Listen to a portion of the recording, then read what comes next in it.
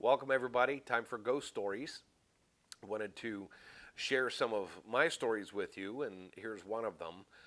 Back in 2013, I believe it was, Kris and I had gone out to Gettysburg, Pennsylvania, and it was on a vacation for it was end of April, I believe it was, into the beginning of May, so springtime that we went out there, and I planned a couple of nights specifically. That the first night we went on a tour of Gettysburg with the author of The Ghosts of Gettysburg, Mark Nesbitt, which was really, really cool, especially after reading some of the books and knowing some of the stories.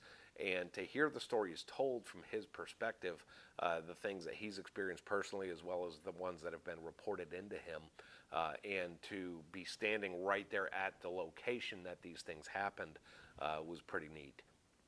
The second night, I planned a paranormal investigation night in a building outside of, well, it might be inside of Gettysburg, but outside of the town itself. And we went out with the Gettysburg Paranormal Association, and we did this investigation. It was the first time that Kris and I had used any kind of equipment. And when we were sitting in the kitchen, we were probably 2 hours into the investigation, and Kris and I were sitting in the kitchen. We're trying to do some of the normal things that we see on television. The people that say, "Is there anybody here with us? Is there, make a sound, make something silly, whatever." And the guide had come around and asked us, had we heard anything or had we gotten anything, and we were like, "No, like nothing at all. It's a creepy house. It's actually kind of cold, and this is getting boring." And it just wasn't. It was getting to the point where it wasn't fun anymore. And he just said, "Stop trying to communicate. Just have a conversation. Here's what I want you to do." So he gave us the spirit box. The spirit box is like this frequency transmitter. You just hear static, and supposedly entities will be able to talk to you real time through these things if you're lucky enough. And so we were sitting at this dining room table in this huge kitchen, and he said, "They need to build trust in you, so just have a normal conversation. Don't talk to them." So we started talking about our day, what we were going to do the next day, and what we were going to do back at the Cashtown Inn, which is where we stayed, which is a haunted bed and breakfast, one of the most haunted bed and breakfasts in the country, if not the most haunted. I'll get to some of those stories another time. That was really a neat experience. But we were just talking about some of the general things, and we heard over the spirit box a little boy's voice, and we couldn't tell what he said. I still to this day don't know what he said, but after a little bit more conversation, I believe his name was Adam, I believe, and but we heard him laughing a little bit, and our guide said, "It's time to introduce yourselves."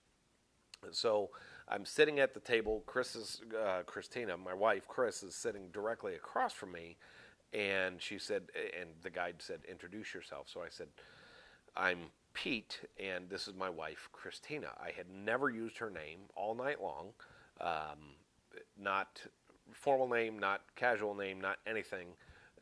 And when we sat there, and he told me to introduce ourselves, again, I said, "My name is Pete. This is my wife, Christina." And instantly we heard a man's voice come through the static. The static stopped, and we heard Kris, which was really cool. And it gives me chills even thinking about it right now, because it was so instant. I had never used her casual name, which is what we call her. All of her close friends call her Kris. So to hear that, it was just really neat to say, "Hi, my name is Pete. This is my wife, Christina. Kris." And we both grinned at each other, and she just kind of looked at me, and we held hands, and I looked at the spirit box, and I said, "Yes." And I said, "Who is this?" And it went quiet for a little while, and after a couple of minutes of silence, we were like, "Who's here? Is there a little boy here?" And we heard the man say yes, and said, "Have you been here for a long time?" Said yes. Well, we asked, "Is there a woman in the house?" And everything stopped. And I'll get to that another time. But there was the stories within the house really have to do with a woman. And I will give you a little bit of a teaser. that will come up with another video that I will share with you, that we went into a bathroom upstairs and we got the most incredibly uneasy feeling, and we had to leave. It was just almost sickening to just walk into that room. It just felt so heavy. So I will tell you that story another time. So for now, thanks for listening. We'll see you later.